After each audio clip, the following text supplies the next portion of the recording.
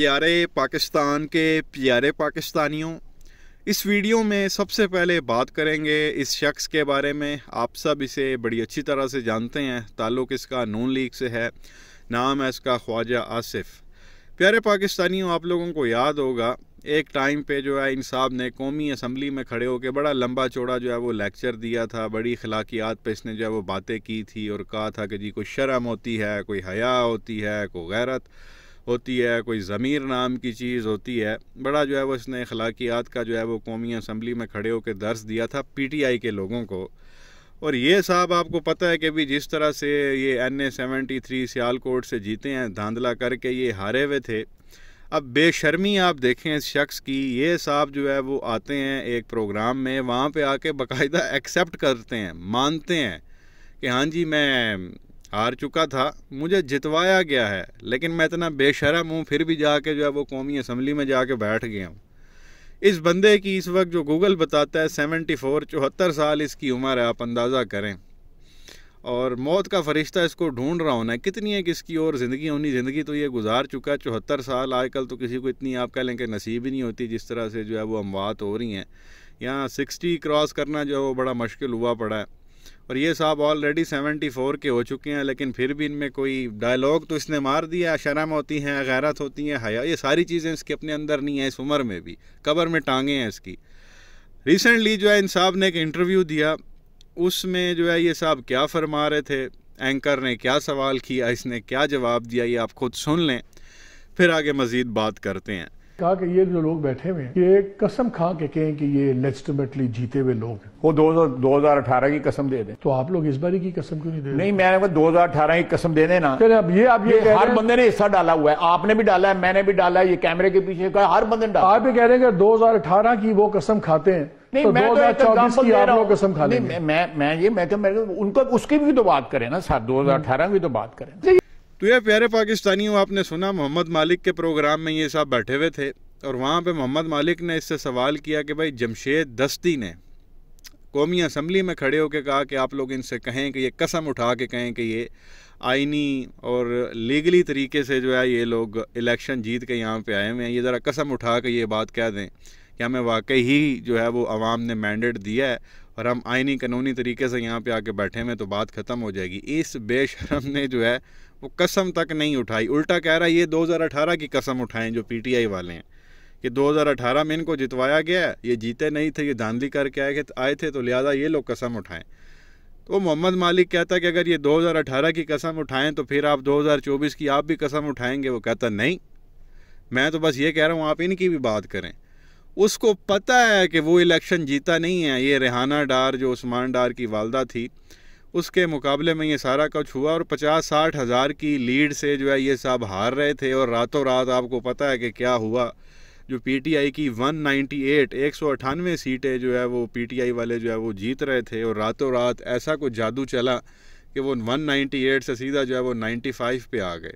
मेरी आप कल की वीडियो उठा कर देख लें, उसके अंदर मैंने जो है वो सबूत सारे जो है वो शेयर किए हैं कि किस तरह से जो है वो PTI को हराया गया, PTI की एक्चुअल सीटें कितनी थी और उनको जो है वो कितनी दी गई हैं। तो कहने का मकसद ये है कि एक तरफ कौमी असम्बली में खड़े होकर अखलाकियात के, इंटेग्रिटी के जो है वो लेक्चर्स देना, और दूसरी तरफ पता होने के बावजूद कि मैं हारा हुआ हूँ फिर भी जो है वो कौमी असम्बली में आ जाना और आके वहाँ पे जो है आके ओथ लेना, जी मैं MNA बन गया हूँ, पता होने के बावजूद कि मैं हारा हूँ। और ये कोई बच्चा नहीं है, कोई यंग नहीं है, कोई यंग ब्लड नहीं है कि बंदा बोले कि जी अभी ये जवान है, आगे बड़ी बड़ी जो है वो बड़ी लंबी उम्र पड़ी है, तो इस तरह की हरकतें होती रहती हैं। बूढ़ा आदमी है, 74 साल इसकी उम्र है, मौत का फरिश्ता इसको ढूंढ रहा है, कोई पता नहीं है किसी वक्त जो है वो इसका काम हो जाए।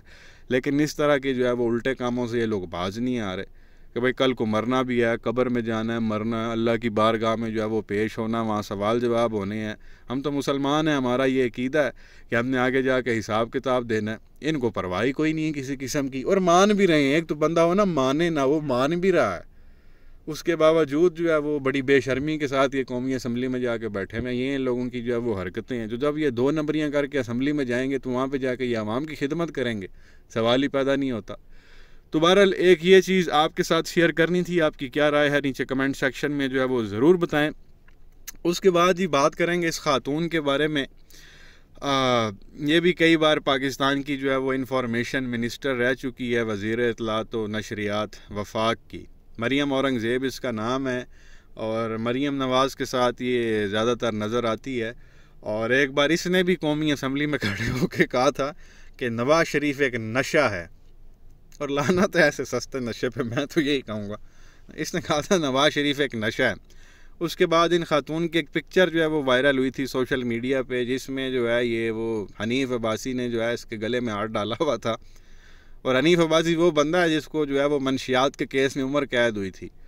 बाद में वो बस फिर कलादम हो गई और उसको जो है वो रिहाई हो गई, और उस वक्त बड़ी जो है वो बातें सुनने में आई थी कि 2 अरब रुपया जी टकाया था इन्होंने अपनी सज़ा माफ़ करने के लिए। तो ये एक तो चलो वो स्टेटमेंट हो गई इसकी कि नवाज़ शरीफ एक नशा है। अभी एक नई लगता है इसने नशे में जो है वो स्टेटमेंट दे दी है, और इसकी स्टेटमेंट के बाद साइंस भी परेशान है कि यार ये कैसे हो सकता है, इसने क्या कहा है ये आप सुन लें, देख लें, फिर आगे मजीद बात करते हैं। जो शहबाज शरीफ साहब को मैं जानती हूँ वो 24 घंटे में से 48 घंटे काम करेंगे। तो साहब को मैं जानती हूँ वो 24 घंटे में से 48 घंटे काम करेंगे। तो ये प्यारे पाकिस्तानियों, आपने मरियम औरंगज़ेब को सुना। वो कहती है कि जी जिस शहबाज शरीफ को मैं जानती हूँ वो 24 घंटों में से 48 घंटे काम करेंगे। टोटल आवर्स 24 जो हैं वो 24 होते हैं, उन 24 में से उसने 48 घंटे जो है वो काम करना है शहबाज शरीफ ने। आप अंदाज़ा कर लें कि ये कितने बड़े जो है वो ड्रामेबाज हैं और इन्होंने क्या फ़िल्में करनी हैं आगे जाके। सिर्फ जो है ना वो मदारियाँ अदाकारियाँ करवा लें लोगों से, इस तरह के बयानात दिलवा लें, करना कराना इन लोगों ने कुछ भी नहीं है। वो PDM-1 की जब ये हुकूमत आई थी तो वो मरियम कहती थी, मरियम नवाज़, के शहबाज शरीफ सुबह 6 बजे काम शुरू कर देते हैं। वो फिर खान साहब ने मजाक में कहा मेरा माली भी सुबह 6 बजे आ जाता और काम शुरू कर देता, इससे क्या होता है। तो कहने का मकसद ये है कि वो सुबह 6 बजे जो है उसने काम शुरू किया था पिछली हुकूमत में, और मुल्क का जो हाल हुआ था वो आपके सामने है।